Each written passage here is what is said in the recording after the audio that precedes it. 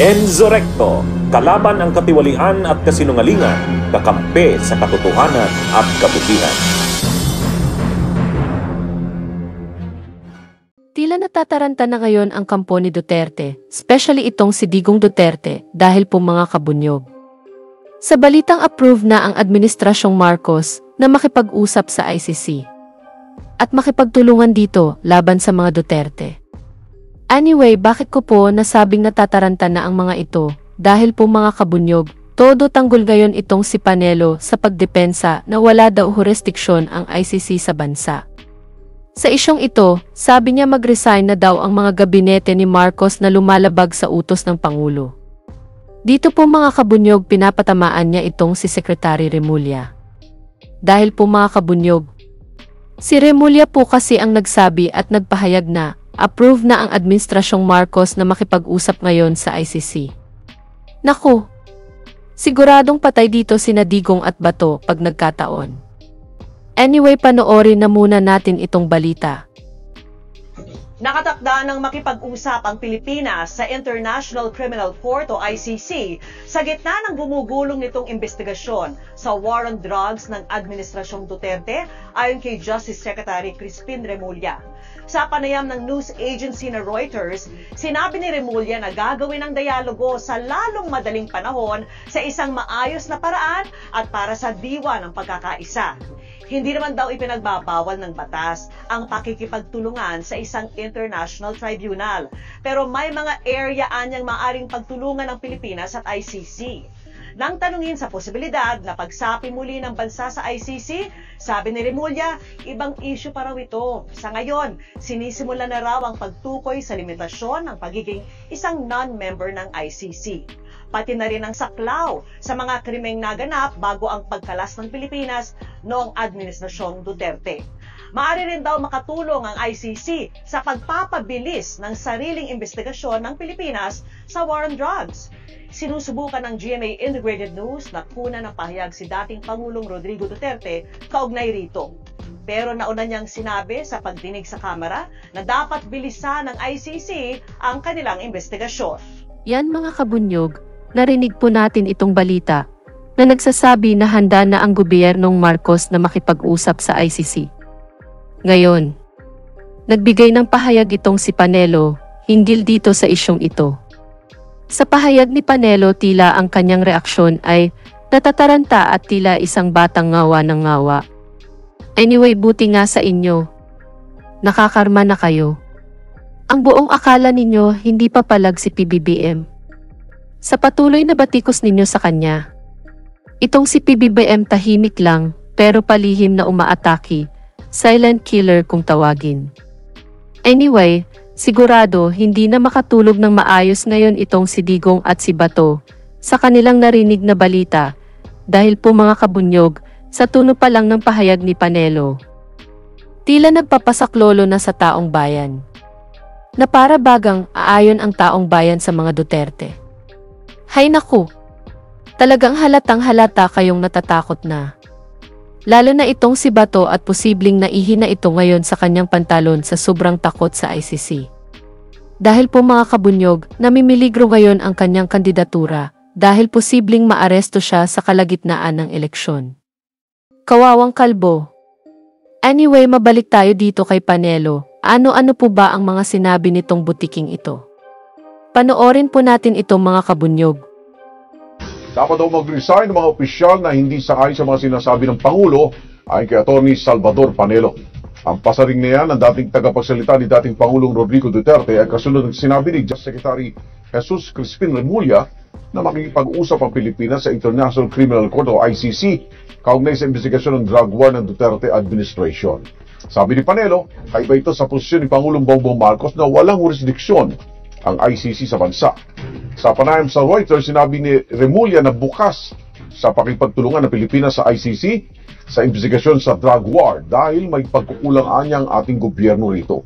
Wala pang pahayag tungkol dito si Pangulong Bongbong Marcos at si dating Pangulong Rodrigo Duterte.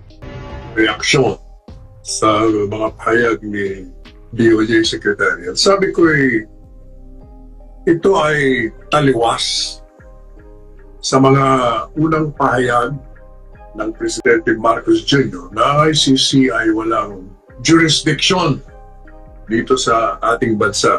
At yan ay matagal na nating paliwanag, maliban pa sa yung batas na lumikha ng ICC ay hindi nakakita ng liwanag dahil hindi na publish sa official gazette. Tayo nag-withdraw na, kaya wala na silang country jurisdiction sa atin. Kaya nung nagpayag si Presidente Duterte dati, sinundan naman ni Pangulong Ferdinand Marcos Jr. na talagang walang jurisdiction. At paulit-ulit na nga sinabi yan, katunayan, matindi yung mga payag niya na hindi tayo magko-coopera sa anumang shape or form sa ICC. Bakit Panelo? Ganun pa rin ba ang stand ni PBBM sa ICC ngayon? Yes, noong panahon, yun talaga ang stand ni Marcos na huwag makikooperate, pero noon iyon, nabuo pa ang Uniteam, pero ngayon tila hindi na. Alam ninyo, kasalanan din naman ninyo ito bakit? Hindi na nga sinuportahan ni PBBM ang impeachment ni Sara, pero patuloy pa rin ang pagbabatikos ninyo sa kanya. Yan tuloy, napikon at bumuelta na ang presidente sa inyo. Kung ang alas ninyo ay INC, meron rin alas si Marcos, laban sa amumong si Digong, at ito na iyong ICC. Anyway, mabalik tayo sa pahayag ni Panelo. At paulit-ulit yan. Kaya sabi ko, sa aking pahayag kahapon, itong DOJ Secretary ay kinokontra niya ang presidente ng bansa. At ang mga miyembro ng kabinete na hindi komportable o sila ay sumusuway o kinokontra nila ang mga payag ng kanilang presidente, dapat magbitiw na sila sa tungkulin sapagkat sila ay embarrassment kay Pangulong Marcos Jr. at nakakadagdag lamang sila ng pagbagsak ng kanyang popular and trust rating sa bansa. Nakita naman natin talagang sunod-sunod ang pagbagsak ng kanyang approval rating na ating mga kababayan. At itong mga miyembro ng kabinete na kulang o hindi nagtatrabaho o hindi matapat sa kanilang mga tungkulin at maliban pa dyan, kinokontra pa ang mga opisyal na pahayag ng presidente, talagang nakakadagdag kung hindi man sila mismo ang lumilika ng pagka-diskontento at hindi pagtiwala sa Presidente Marcos Jr. So hindi mo maintindihan kasi ever since kumukontra yan Kasama niya yung Solicitor General. Sinabi na nga huwag makipag-communicate, yung Solicitor General natin, nag-file na kung ano-ano mga pleadings sa ICC. Lumalabas para may jurisdiction. Ito namang DOJ Secretary, gano'n din ang ginagawa. Palaging sinasabi, may kooperasyon na gagawin tayo. Kung ano-ano mga sinasabi niya, basta taliwas palagi. So either ito ay talagang mahilig kumontra o nagpapapapel, hindi natin malaman kung hindi naman tatakbo, kung bakit napaka madalas na kinukontra niya ang mga bahayag ni Presidente Marcos Jr. sa punto ng ICC. Either that or ito yung pangalawa, maaaring ginagamit siya ng administrasyon upang i-float ang maaaring pagkoopera ng bansa natin sa ICC at sinusubukan nila, tinitest nila. They're testing the waters. Kung ano ang magiging reaksyon ng taong bayan. Sapagkat yan sa ICC, alam naman natin, ang target niyan ay si Presidente Duterte. Talagang gusto nilang ipakulong sa diumanong mga pagpatay ng mga biktima.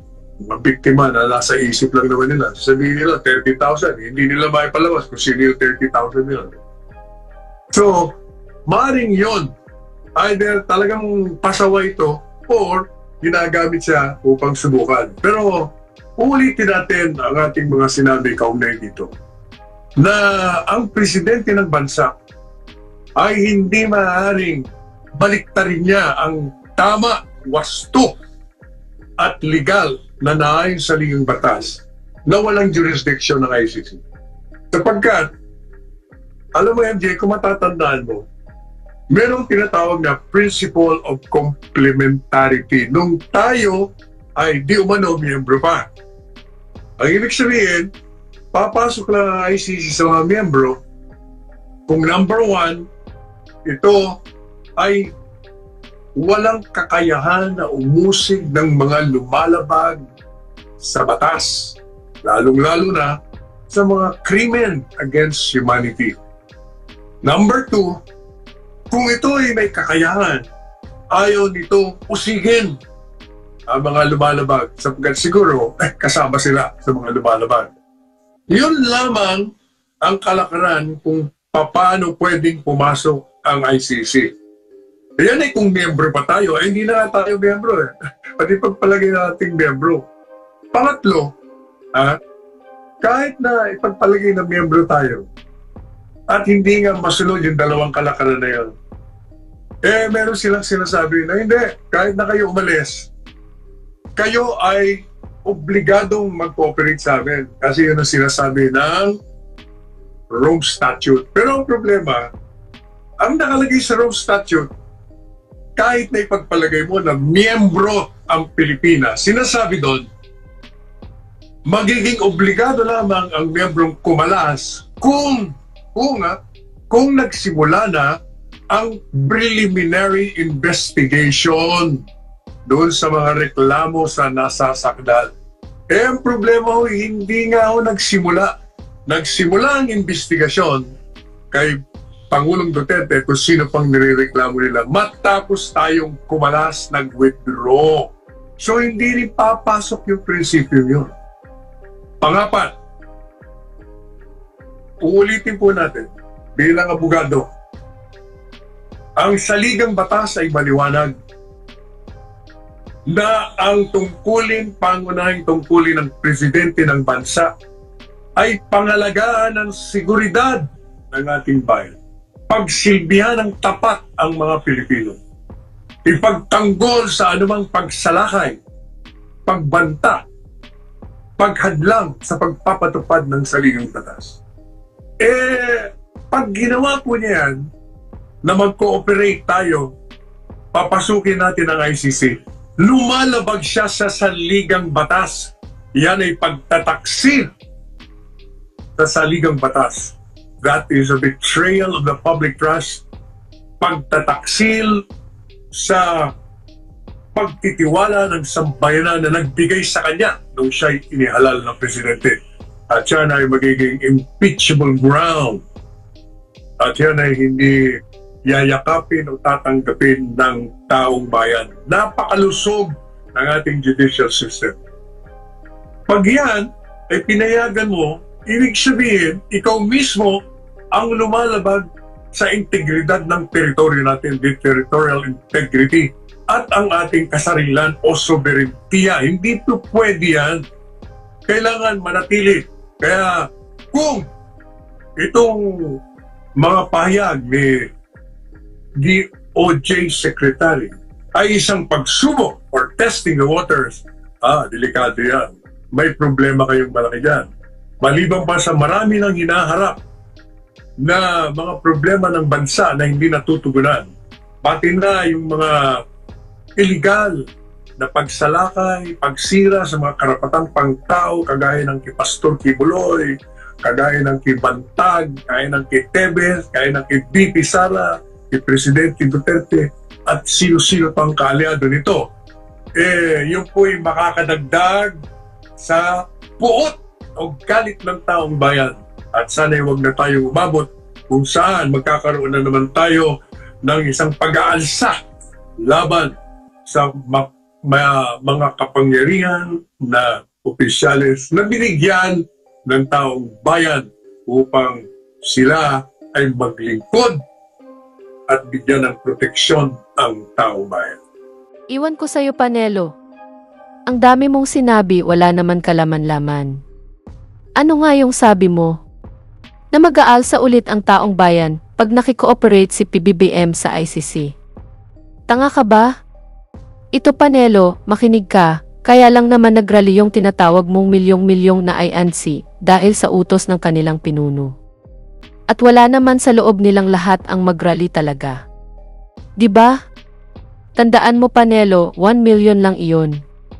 Mas higit pa ang sumusuporta sa Administrasyong Marcos at iyon siguradong suportado ang panawagan na ibalik ang ICC sa bansa. Anyway, sabi mo pa, magagalit ang taong bayan? Well, karamihan pa nga sa ating mamamayan gustong panagutin si Digong sa mga pagpatay na kanyang inutos noon. At teka, sino ka ba para pangunahan ang desisyon ng presidente? May pabanta-banta ka pa na lalalaman na dapat i-impeach si Marcos kung bumalik ito sa ICC. Ang tanong, presidente ka ba? Desisyon yon ng gobyerno. Hindi sa inyo, mga bopols. Kayo-kayo lang naman ang naniniwala na magagalit ang taong bayan pag ginawa ito. Hay naku!